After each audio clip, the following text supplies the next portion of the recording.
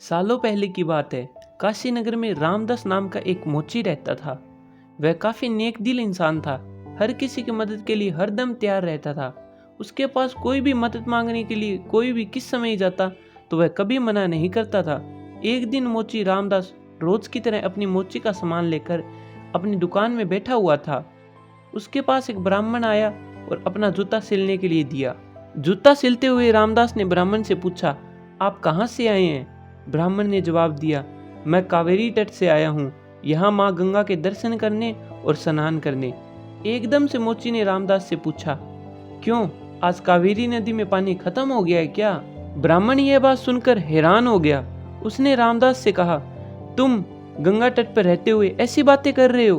क्या तुम्हें गंगा माँ का महत्व नहीं पता? क्या तुम्हें कभी वहां स्नान करने और दर्शन करने नहीं गए? रामदास ने जवाब दिया, ना मुझे गंगा का माँ का महत्व पता है, ना मैं वहां कभी स्नान करने गया हूँ। रामदास आगे कुछ नहीं बोला।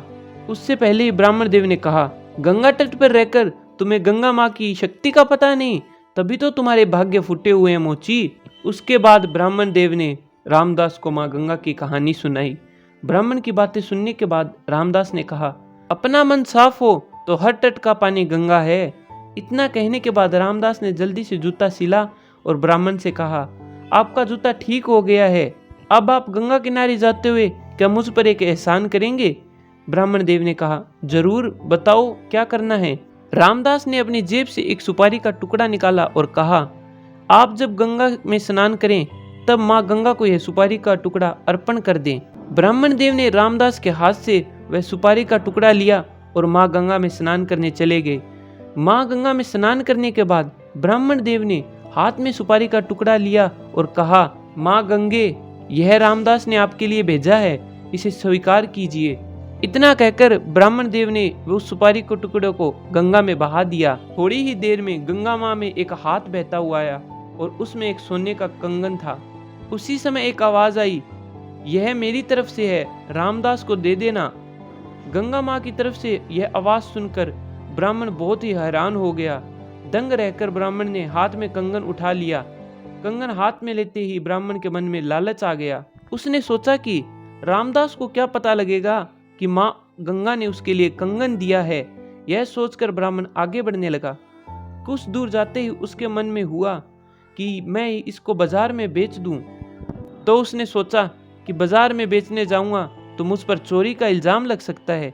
मैं ये कंगन सीधा राजा के पास ले जाता हूँ, जिससे राजा खुश होकर मुझे इनाम देंगे। इसी सोच के साथ ब्राह्मण सीधे राजमहल पहुंच गए। वहां पहुंचते ही राजा को प्रणाम किया और ब्राह्मण ने उस कंगन को राजा को भेंट कर दिया। उस कंगन की चमक देखकर राजा और वहां के लोग दंग रह गए। राजा ने कहा, ब्राह्मण देव, यह कंगन देखकर तो लगता है कि यह स्वर्गलोक से आया है। राजा ने वह कंगन अपनी पत्नी को दे दिया। पत्नी ने जैसे ही कंगन देखा वह बहुत खुश हुई। तब राजा ने ब्राह्मण से कहा, यह एक ही कंगन है, मुझे इसका दूसरा जोड़ा भी चाहिए। रानी अपने हाथों में दोनों कंगन पहनेगी, तभी तो उनकी शोभा बढ़ेगी। यह सुनते ही ब्राह्मण के पसीने छूट गए।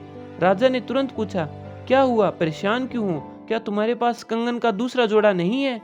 तुरंत ब्राह्मण ने जवाब दिया, नहीं नहीं राजा साहब, यह चोरी का नहीं है, मेरे पास दूसरा भी कंगन है। तब राजा बोले, ठीक है, आज शाम तक दूसरा कंगन लेकर मुझे दे दो, तभी मैं मानूंगा कि यह चोरी का नहीं है। जी राजा साहब, कहते हुए ब्राह्मण राज दरबार से बाहर निकला। राजा ने अपने कुछ सिपाही ब्राह्मण के पीछे लगा दिए ताकि उन्हें पता चले कि यह कंगन कहाँ से आया है। राजमहल से निकलकर ब्राह्मण सीधा रामदास के पास गया। उसने गंगा माँ के द्वारा दिया गया कंगन, अपने मन के लालच और राजा के द्वारा बताई गई बातों को रामदास से कहा। रामदास ने जब यह सुना तो वो 2 मिनट के लिए मौन हो गया और कुछ ही समय बाद रामदास ने अपनी दोनों आंखें बंद कर ली। उसके बाद रामदास ने हाथ जोड़कर माँ गंगा माँ से प्रार्थना की, हे माँ गंगे, मुझे इस समस्या से निकालो और ब्राह्मण की भी रक्षा करो। 1 मिनट के बाद रामदास ने अपने सामने रखी एक बाल्टी में हाथ डाला और वैसा ही कंगन निकाल दिया। ब्राह्मण ये देखकर हैरान हो गया और राजा की सिपाही भी यह देखकर हैरान हो गए और सब कुछ राजा को बताने महल चले गए। इधर ब्राह्मण भी रामदास को धन्यवाद कहकर राजमहल की ओर निकल पड़ा। वहां पहुंचते ही ब्राह्मण ने राजा को कंगन दिया। राजा ने उससे कुछ नहीं कहा और चुपचाप कंगन ले लिया। कंगन लेने के बाद राजा खुद अपने सिपाहियों के साथ रामदास की दुकान पर गया। और रामदास को गंगा माँ की भक्ति के लिए इनाम दिया। हमें इस कहानी से यह सीख मिलती है, इंसान सिर्फ दिखावा करके कुछ हासिल नहीं कर सकता। भक्ति, मान, सम्मान सब दिल से होना चाहिए।